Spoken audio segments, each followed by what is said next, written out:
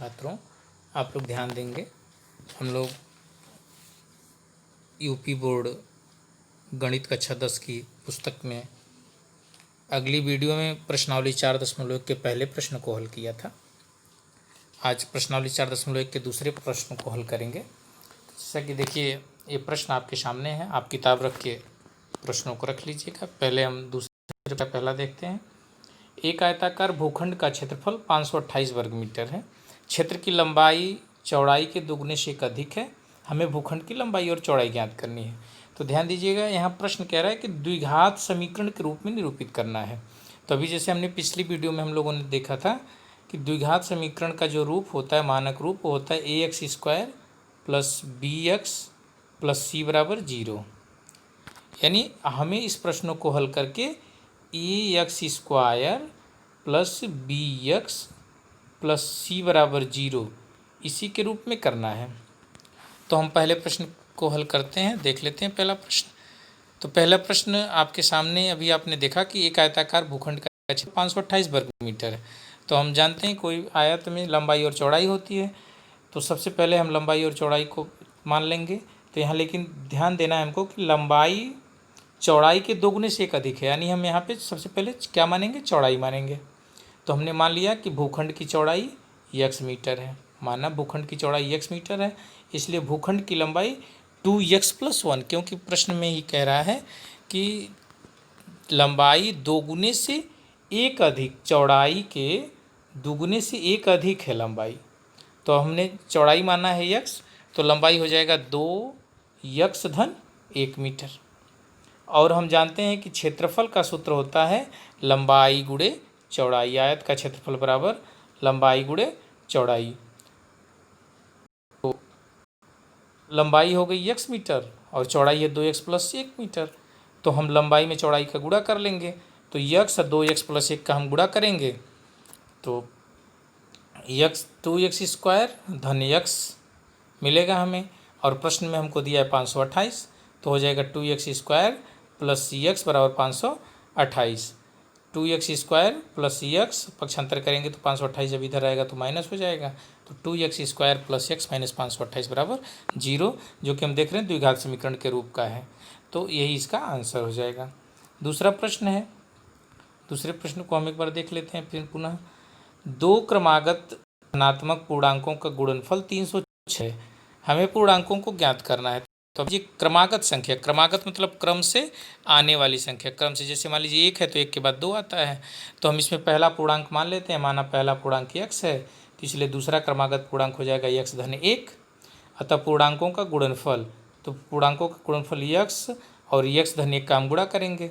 तो प्रश्न कह रहा था कि दोनों पूर्णांकों का गुणनफल कितना है? 306 है। तो x 1 = 306। अब x का गुणा x में करेंगे तो x² हो जाएगा और x का गुणा 1 में करेंगे तो x हो जाएगा। तो x² x = 306। अब पक्षांतर कर देंगे तो x² x ऋण 306 = 0, जो कि द्विघात समीकरण के रूप का है। यानी ax² + bx + c = 0 के रूप में आ गया। तो यह आंसर सही है। यानी इसका दूसरे प्रश्न का उत्तर क्या हो जाएगा? x² x ऋण 306।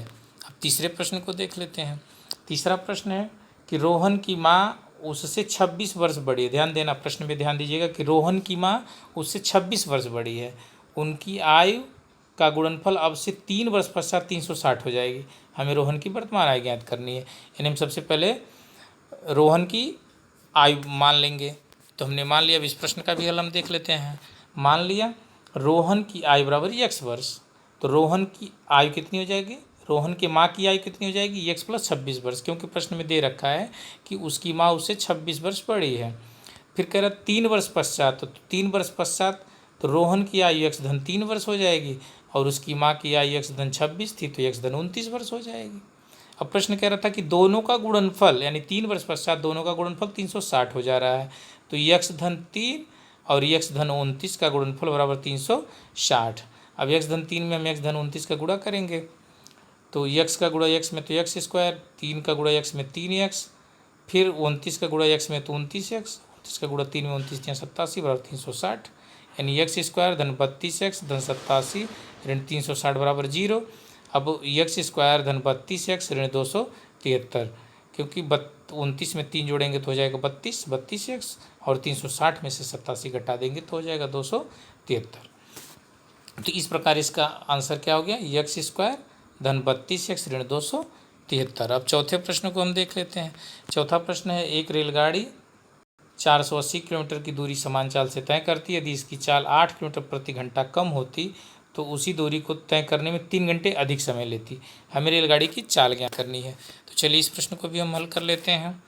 मान लिया रेलगाड़ी की चाल x किलोमीटर प्रति घंटा, कुल दूरी 480 किलोमीटर, इसलिए लिया गया समय 480 बटे x घंटे। क्योंकि सूत्र हम जानते हैं कि चाल बराबर दूरी बटा समय होता है, इसलिए समय बराबर दूरी बटा चाल। तो लिया गया समय बराबर दूरी 480 किलोमीटर, x घंटे की चाल से वो चल रही है तो 480 बटे x घंटे, x किलोमीटर प्रति घंटे की चाल से वो ट्रेन चल रही है। तो कह रहे हैं कि यदि इसकी चाल 8 किलोमीटर प्रति घंटा कम होती तो लिया गया समय, तो चाल 8 किलोमीटर प्रति घंटा कम होती तो हम जो x माने उसमें से हम 8 घटा देंगे, यानी तब समय क्या हो जाएगा 480 बटे x माइनस 8 घंटे।